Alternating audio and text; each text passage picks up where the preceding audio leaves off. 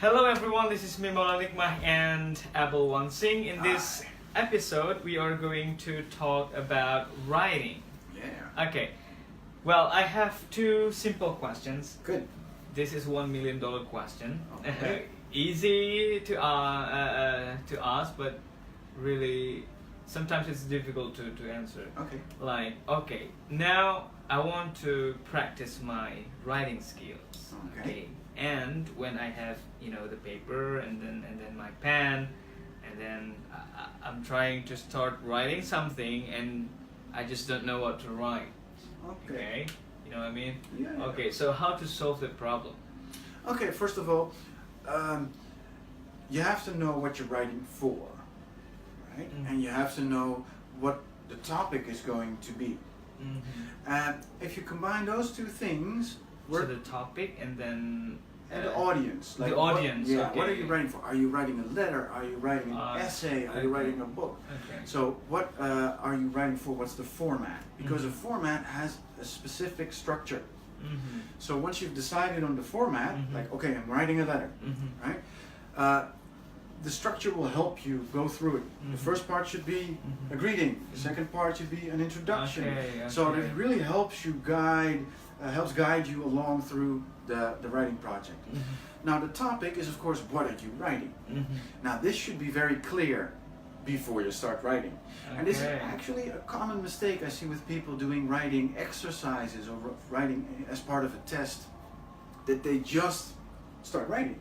Okay. They have a piece of paper and a pen and just go for it. That's a stupid way to start writing. Okay? Don't do that. Okay. Plan your writing.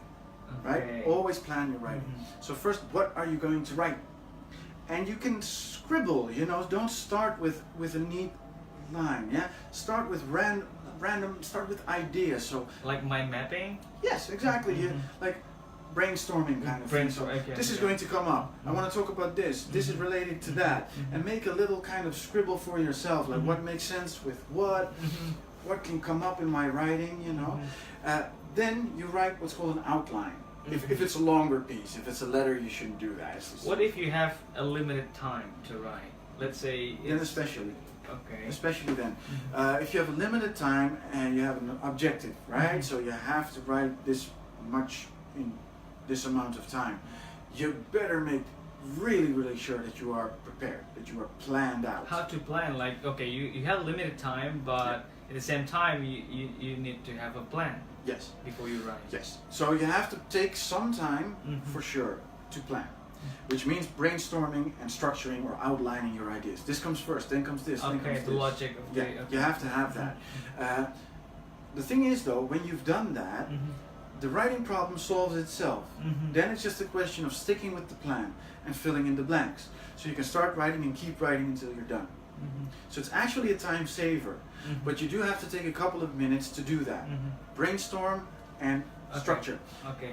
You say it's time saver, but many people think, okay, well, I need more time to think, to plan. Yeah, and this is a matter of practice. So you have to get... So then they kind of hesitate, hesitate to plan before writing. Or they writing. do it too quickly. Okay. So the planning is not really thought out well, the structure doesn't really work that well, and you end up with a result that is not as great as it should be. And that's because people rush the planning stage because they figure, I need to get to writing, I have only so much time. But do the planning well, because it will make your writing so much better, and it will actually save time. Because imagine, just starting to write, halfway through, you're running out of ideas. And now you're losing a lot of time, and you start repeating yourself, you start saying things that you did before. And now your writing becomes a mess, and you're wasting a lot of time. So you're doing two things wrong there. And they could be solved by just planning a little more. Now, if you're worried about planning taking too much time, practice the planning. Okay. So how to practice planning? Practice brainstorming. So any topic that you see. Can you give us like one example? Okay, you can look at a headline from an article that someone else has written, or a title or something, and just go with that. Just take that headline, forget about the text, don't read it, but imagine that you have to write that text. Okay. Right? So you're not going to cheat, you're not going to look at what the other person did, you're just going to look at this and take it as a topic. Okay, it has to be about this. Brainstorm. And now you're doing your own brainstorm along that topic.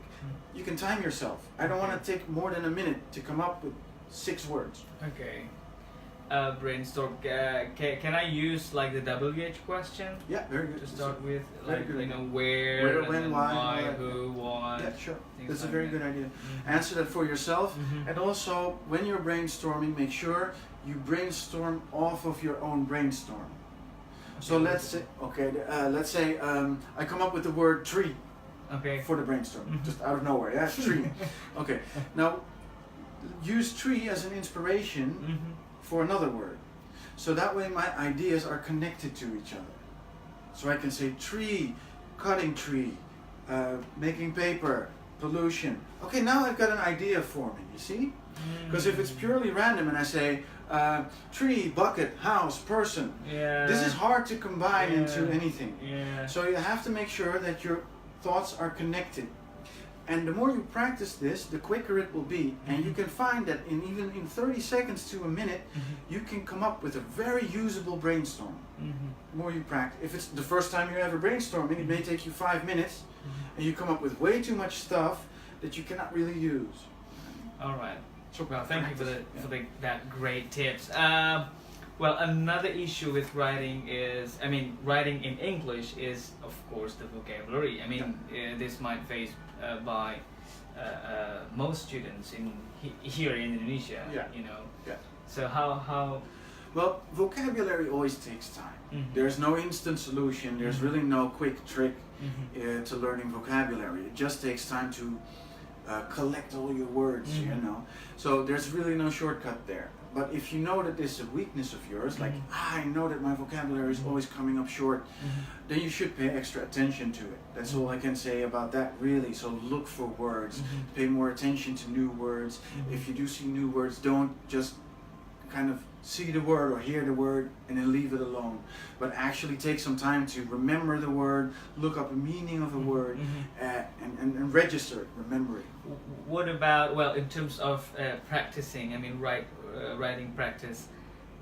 You look at someone's writing, and then you try to, let's say, rephrase or rewrite the text. What do you say about that? Very good. Because let's say I have a very limited idea, topics, and even vocabulary, so I can read their text first, and then I will write my own text. Yeah, anything is good practice in terms of writing, rephrasing, paraphrasing, saying things a different way. Very, very good practice, you know. Okay. But the thing is, though, it is related to vocabulary. Yeah. Yeah, so you can only do that well and a lot if you have vocabulary. So that's not really a trick to learning words. Yeah. It's a way to use the words that you know, and that is in that sense good. It makes you dig into your private dictionary, your own vocabulary, like seeing that, because you may find that you know more words than you thought you did. If you think about it long and hard, hey, wait a minute, I do know how to say that differently, right? And also, paraphrasing doesn't always mean making things more complicated. It can also mean making it simpler, or keeping the level of difficulty the same, but just using a different word. You know, just structuring the sentence differently. Very good. All right.